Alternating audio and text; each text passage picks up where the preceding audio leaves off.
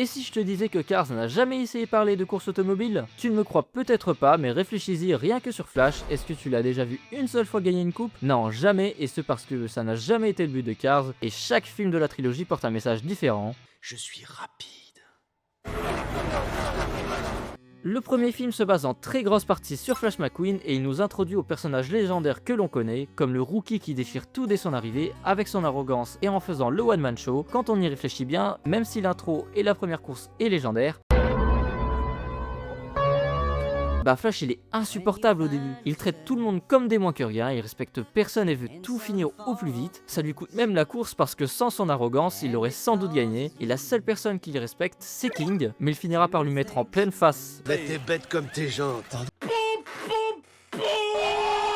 Et malgré ce qu'il s'est mangé dans la tronche par King, il ne se remettra pas du tout en question et continuera à être horrible avec les autres au point d'en mettre en burn-out son chauffeur, Mac. C'est à cause de lui-même qu'il se retrouvera à Radiator Springs et à cause d'un malentendu et encore une fois de son arrogance et surtout de son dénigrement envers les autres qu'il se retrouvera coincé là-bas. Et au final, Radiator Springs via ses habitants lui apprendront l'humilité, la gentillesse, elle lui donnera Martin qui deviendra son meilleur ami et fera rendre compte à Flash qu'il n'a jamais eu de vrai ami avant, et aussi il y gagnera un mentor et un modèle à suivre qu'est Doc, et Flash réussira à raviver la flamme de Doc qu'il avait perdue pendant si longtemps. Il apprendra aussi grâce à Sally qu'il est agréable et nécessaire des fois de prendre son temps, et que c'est le voyage qui compte et non la destination. À l'époque, on ne cherchait pas à gagner du temps.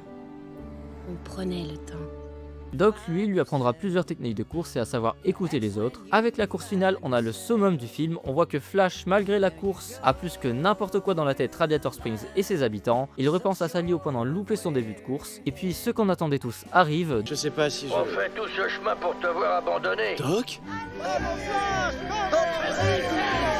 Doc revient sur le devant de la scène en devenant le directeur technique de Flash et en étant acclamé par la foule, ce qui montre que malgré ce qu'il pensait que tout le monde l'avait oublié et rejeté, qu'il est finalement resté une légende. Martin lui reparle et fait rire Flash comme un meilleur ami, et presque tout Radiator Springs deviendra finalement son équipe. Et le fait que Radiator Springs devienne son équipe montre quelque chose, c'est pas parce que l'on n'est pas bling bling et que l'on n'est pas réputé que nous sommes incapables de quoi que ce soit. La scène qui montre le mieux cela, c'est avec Guido, qui accomplit l'une des scènes les plus stylées de l'histoire de Pixar.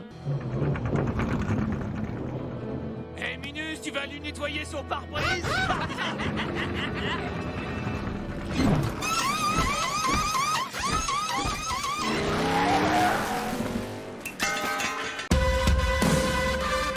Et fait au passage fermer le clapet de tout le monde, dont du staff de Chick. Et la plus belle scène et la rédemption finale de Flash arrive. Il est premier, il a appliqué les conseils de Doc, mais Chick, ce gros fils de pute, cause un gros accident. Flash finit par s'arrêter devant la ligne d'arrivée, et c'est là que tout ce qu'a lancé le film depuis le début prend forme en une seule scène. Flash perd exprès la course, lui qui voulait à tout prix la gagner par respect pour les autres, et même quand on lui dit qu'il vient de perdre la Piston Cup, il répète la même phrase que lui avait dit Doc. Bah, comme l'a dit un jour un ami coureur particulièrement grincheux, ce n'est qu'une coupe vide. Cette scène finale est excellente et montre tout le génie qui a été mis dans Cars 1, en plus d'une dernière chose, la grandeur d'une personne n'est pas montrée par ses titres, mais par l'intégrité qu'il a envers les autres. On va encore faire une bêtise, je sais. On n'est pas à Radiator Springs. Cars 2 part lui dans un tout autre sens. Dès le début on nous parle d'espionnage et d'un certain Phil McMissile, et ensuite après cette cinématique on parle de la mort de Doc, mais je n'en parlerai pas tant que ça car ce n'était pas prévu à la base, Doc étant absent exclusivement parce que son doubleur Paul Newman était décédé avant le film et qu'ils n'ont pas voulu le remplacer par respect. Je disais donc, Cars 2 part dans un tout autre sens, se concentrant étonnamment beaucoup plus sur Martin dès le début, montrant son attachement à Flash, son caractère, sa maladresse et le fait qu'il soit simplé, des choses assez brièvement montrées dans le premier film mais beaucoup plus montré dans ce deuxième film. On part aussi grâce à une bourde de Martin voulant défendre Flash auprès de Francesco Bernoulli, qui fera que Flash fera finalement une tournée de course mondiale, sauf que non, pas vraiment à cause de plusieurs coïncidences et de problèmes, dont certaines scènes d'espionnage super à la James Bond qui m'ont fait adorer Phil McMissile.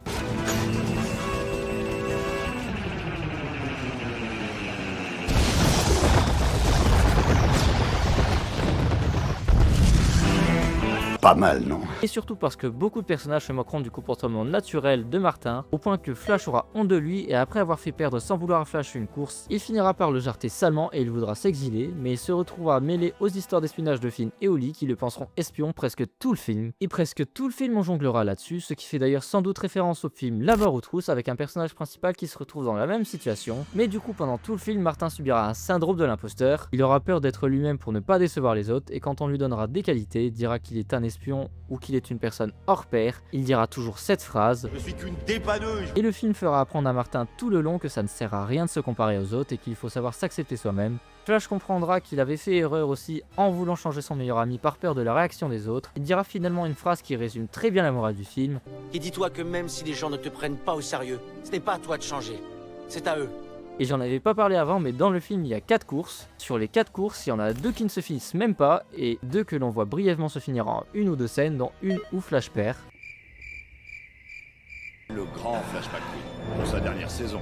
Avec Cars 3, on passe à toute autre chose encore, et le film s'adresse finalement à ceux qui ont grandi avec Flash depuis assez jeune, et même aux adultes, parce que Cars 3 nous raconte l'histoire d'un Flash dépassé qui subit un accident à la manière de Doc, qui ne veut pas arrêter la course mais à qui on a dit qu'il était dépassé, trop vieux. Flash ici se retrouve exactement dans la même situation que celle dans laquelle Doc s'était retrouvé au moment de son accident. Dans ce troisième film, Martin n'apparaîtra presque pas contrairement aux deux qui le mettaient en avant. Normal vu que son arc narratif est fini, mais ses quelques apparitions seront utiles au scénario. On peut d'ailleurs noter que presque tout ce qui a été mis dans le 2 est oublié dans le 3.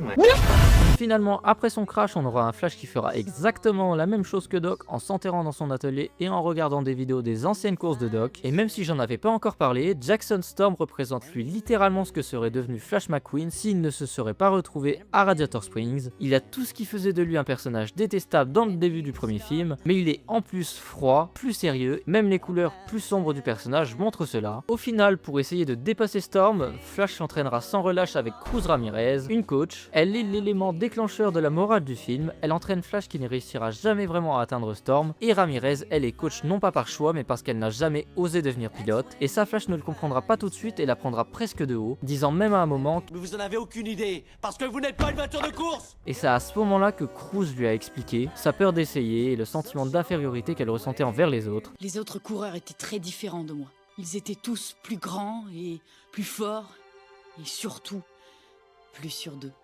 J'ai déclaré forfait.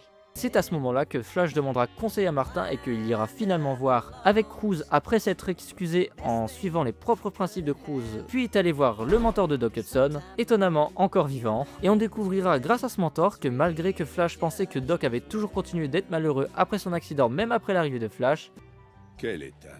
qu'il avait finalement tort, le fait d'avoir pris Flash sous son aile avait rendu Doc heureux et fier, encore une fois le moment le plus touchant du film. Il adorait courir, mais devenir ton coach. Je n'ai jamais vu ce vieil ours aussi heureux qu'à cette époque. Les meilleurs moments de sa vie, c'était pas à son passé de coureur qu'il les devait. C'était à toi.